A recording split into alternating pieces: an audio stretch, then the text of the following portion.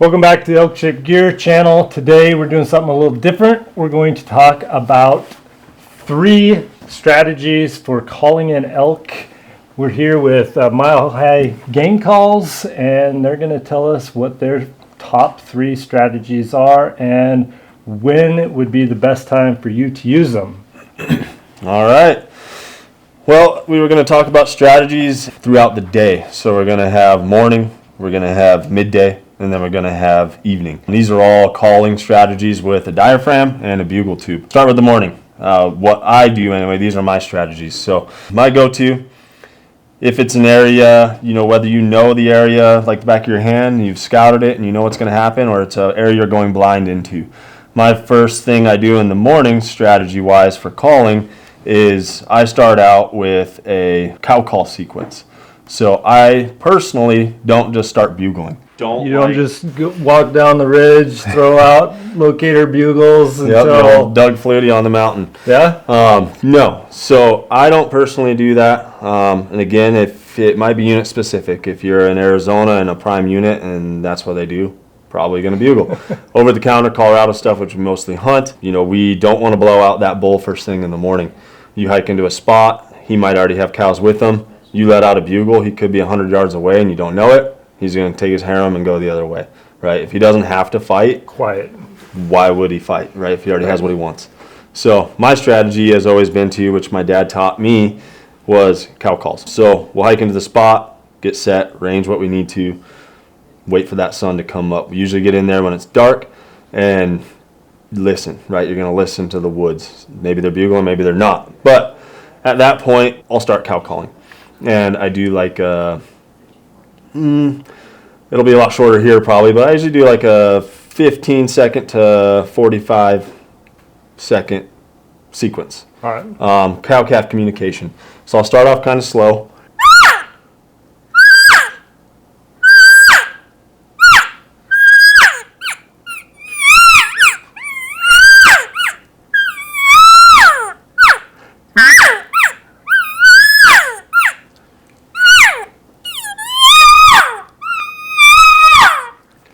So something like that. So back and forth cow-calf communication. You want to sound like multiple cows. If you just continue, if you do the same thing over and over, right? Right. You could sound like a lost calf, yeah, sure. Or if you're blowing the hoochie mama or whatever, you sound like the same exact thing over and over and over. That's usually when I hear that, I go the other direction, right? Or more recently, I'll just go talk to them first so they don't follow me all over the mountain, which happens often. So, I mean, if you're going to call, you're probably going to call in people, but you're also going to call in elk.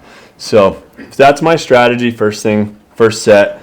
I'll do that, honestly, in a spot that I know where I've killed elk. It's an area I'm familiar with, and I know there's elk in the area. I'll sit there for 30 minutes, about every 5-10 minutes, just kind of whatever you feel. Redo that sequence. Okay. Do it again. Cow-calf, do it again. Cow-calf. Start adding in some estrus calls in there. Starting adding in some, buzz estrus, some cow bugle. Just kind of try to sound like you're having a little cow party is what we call it. So, okay. Can you demonstrate that? Do 10 minutes into your sit. What's that next sequence going to sound like? Yep. So next sequence, I usually make it a little longer. Start off again, kind of a little slow, just.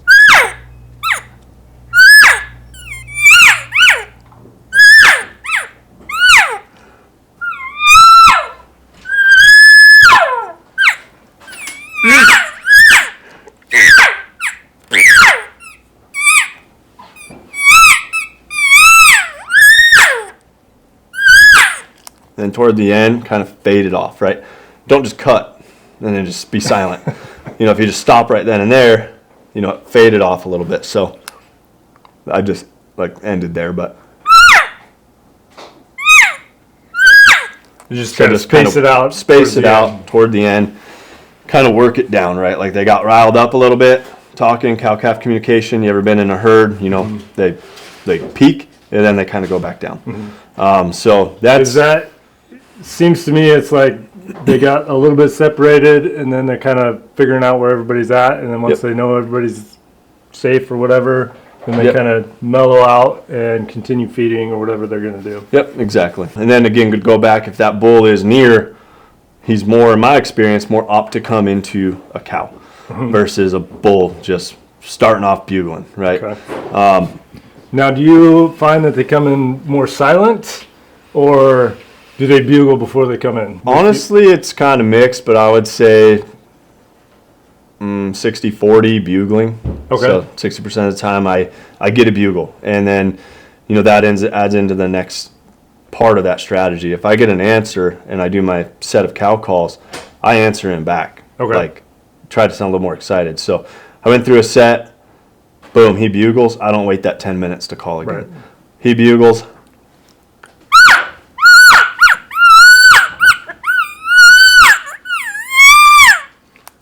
Maybe do like a 5-second little cow call. If he bugles again, each bull's a little different, but I would probably at that point just kind of back off just a touch, right? Okay. And let him start coming. Oftentimes he'll bugle again, or at that point, like you said, he'll come in silent, and then, that's when you got to start getting creative. But so say nothing answers though, and you're getting closer to that, half hour mark or however long you're patient enough to sit there, right? With my dad getting older now, he's 60, he wants to sit longer and not go as far, right? So me being a little younger, I want to go, right? So we try to find that happy medium. But say after like 4, 5, 6 call sequences of cow calling, you don't get an answer and nothing comes in silent. A cow call only travels so far. Right. So you're probably only, if you're in dense timber like where we usually hunt, do an experiment sometime. You and your hunting buddy go in the woods, see how far you can hear each other, right? Obviously, elk can hear better than us, and especially if you shoot a lot of guns, you're deaf like me. They can only hear so far. So at that point, I will let out a bugle. So I'll do a sequence of cow calls into a bugle. Okay. So again, this is like my 4th, 5th sequence, and it'll sound something like this. I don't want to do a big bugle at that point. I just kind of do like a small locate bugle.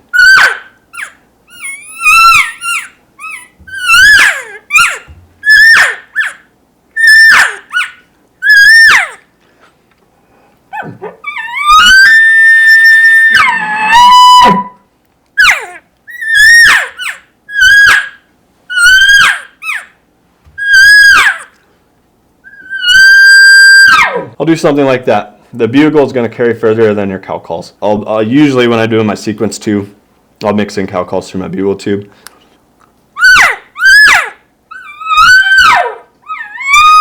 And are you trying to like cast them farther away from you, or are you just mixing it up and getting that louder so you're getting it out a little farther? What are you thinking when you're using the bugle tube and doing cow calls? Yeah, when I'm using the bugle tube just strictly for cow calls, you get a little bit further reach. So again, I don't do it on my first couple sequences with the bugle tube personally. Some other guys might, right? Right. But what I find is if there is something close enough and it hears my cow calls, it's generally going to come check it out, whether it's a cow or a bull, really. Or a lot of times you get that spike hauling ass right at you, instantly, and he comes running in because he thinks he found some friends. Generally, with the bugle tube, once I start mixing that in, I am trying to reach further, but you also do get some good nasal sound out of the bugle tube. So I think that helps mix it up and sound like you're an additional cow.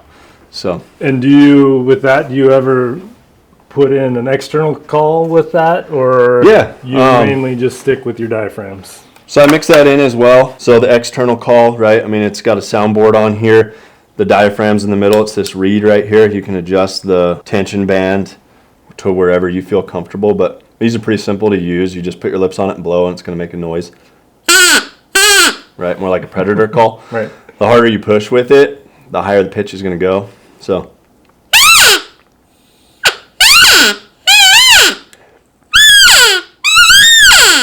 Right, so you can kind of get some nasal sound with that. So I'll keep my diaphragm in my mouth. When I use this is the only thing making the noise, not this. So. Okay, gotcha.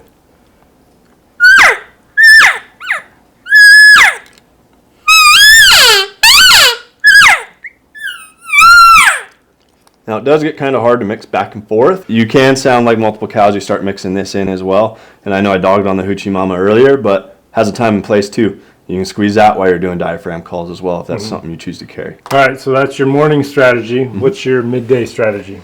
Yeah, midday strategy can depend a little bit on the scenario. If you get a bull fired up in the morning, it doesn't work out, he took his cows, went away from you, generally they're going to a bedding area at that point, right? So I will stop calling. If it's not working out in the morning and he's not coming to my calls, I'll let them go and try to go to their bedding area and get within like, the danger zone or somewhere where it's going to make them uncomfortable. I don't start with the cow call at that point. In my experience, I mean, sometimes it's worked, sometimes it did not work at all, right? I mean, that's elk hunting. But one strategy you could try is midday to get more aggressive. What I find is midday, bulls are more apt to leave their cows. The cows are done. They want to sit, they want to lay. And oftentimes a bull will wander away and go to a wallow, get some water, and kind of regroup himself for the evening festivities. A lot of times you can get a bull fired up midday. If you do, odds are pretty good, honestly. If you can find that bull that gets fired up, it's pretty good. Say you got a bull, they're bedded in a certain area and you think you're within that 100-yard range.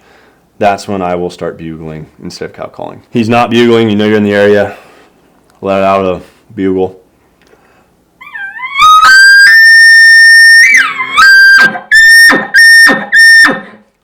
Right, something similar in that range. Not just a simple location bugle, but something that is a little bit more aggressive. And at that point, hopefully he responds. If he responds, I bugle right back at him. Okay. At that point, in my experience, that's when the aggression starts more. Oftentimes there's like a wallow in the area as well, so maybe be near that wallow. And then I do also try to rake trees midday as well. If that bull's bugling, I'm answering. I'll even, if he's getting super aggressive, start buzzing too or doing a lip ball.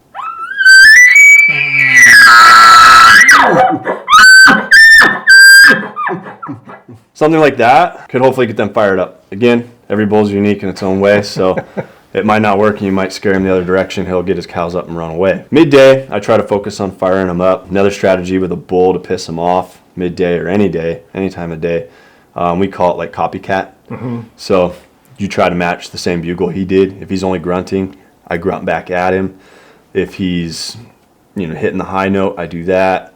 And then another strategy, if that isn't working as well, is we call it stepping on him. So it's like if you got some kids and you're trying to have a conversation, you and I, and they're talking, it pisses you off, right? Like the adults are talking here. So if he bugles, I'll cut him off mid-bugle. And that usually will get them fired up as well. So another midday strategy as far as bugling, primarily just bugling for me midday. So. All right, so what's your evening strategy then? Evening strategy, primarily I will work back into the cow calls. I live and die mostly by cow calls, to be honest, especially in like over-the-counter stuff or general tags, depending on the unit. In Colorado specifically, over-the-counter, I try to do a lot of cow calls. A lot of guys are out there bugling, so I try to do something a little different. They just walk around like you sit on the ridge and let out a bugle every 100 yards. Hey, it might work as well. It's good. Could be a good strategy, but I'll work back into the cow calls, but I will start doing bugles as well, especially later into the evening, and especially if I don't have a bull that I know. Like if I'm just walking around blind, you're almost strategizing for the next day even. Right?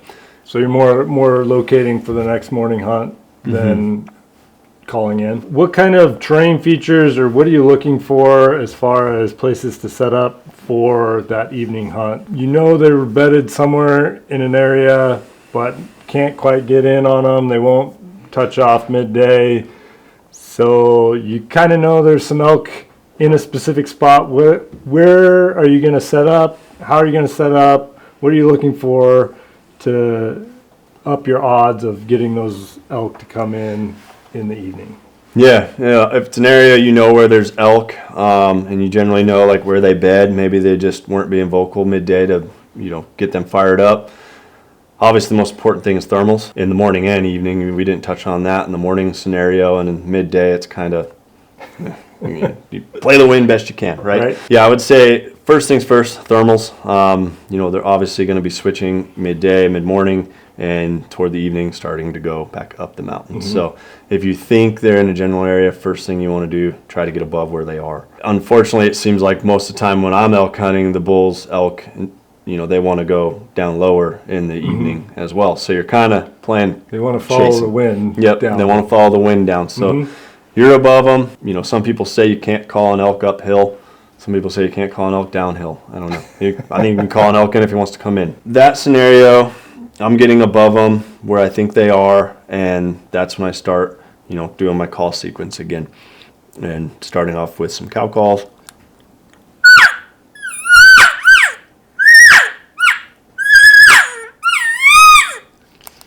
And then another thing I try to do is sound different. The bugles I let off, that's your classic bugle. More recently, what I've been doing as well is trying to get away from that classic bugle, because I know it sounds pretty. The worst calls I've ever heard in the woods are the elk, right? So sometimes you're like, that is not an elk. And the next thing you know, he's coming in, like, oh, crap. I've been, that was a been there before. Yeah, so one thing I've been doing is playing around with the smaller noises. And I know, like, over here in Washington, I've never hunted it, but from what I've heard, a lot of people, those elk they call different here, just from what people have told me. So I've been trying to do a lot more small noises. So in the evening, I've been doing that as well.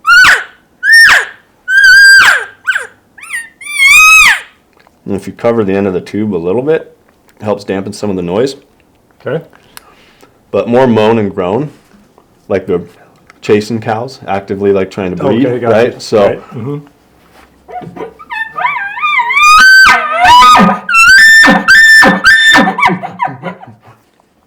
So kind of just some moaning and groaning and just some grunts.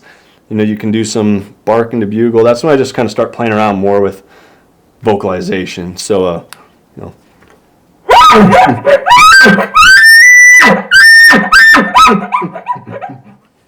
so I'll try to mix it up more in the evening. A lot more bugling in the evening than I do in the morning. If you're not getting any response toward late evening, that's when I really start letting it out to try to get a response, so I know like a general area to start in the morning. They move a lot at night too, though, so right. It's always a crapshoot. But yeah, and I think that can be different depending on where you're at. Like some elk will move a long ways in the nighttime. Others places, I think around here a lot, if I can find an elk that'll bugle at the night before, he'll be relatively close the next day. But other places I've hunted, you'll see them come out.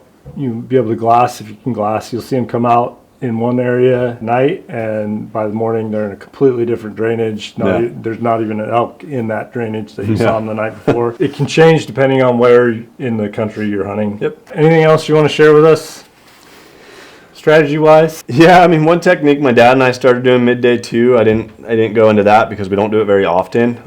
But the past like 3-4 years, my dad, me, and CJ, and we've done what we call a rut fest. So like desperate times called for this. There were no elk calling. We've been hunting for days on end. We haven't heard an elk, seen an elk. They're there, right. But they're just not sounding off at all. And this is more when they come in curiously. Like we've never had one coming in bugling at this point when we've done this strategy, but we've killed elk doing it multiple times now. And they've come in silent. It's generally, in our experience, I haven't called in any big herd bulls doing it, but a lot of raghorns and some cows. What we do is if you're by yourself, obviously, you can tailor it to that. But if you have a hunting partner, we've actually split up like 100 yards apart. And just sounding like two herds coming together.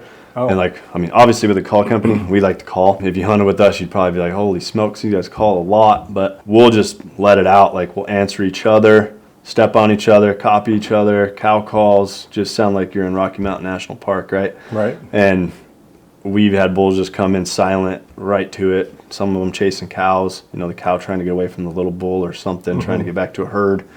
Maybe she got displaced, but it sounds just, something like this. So.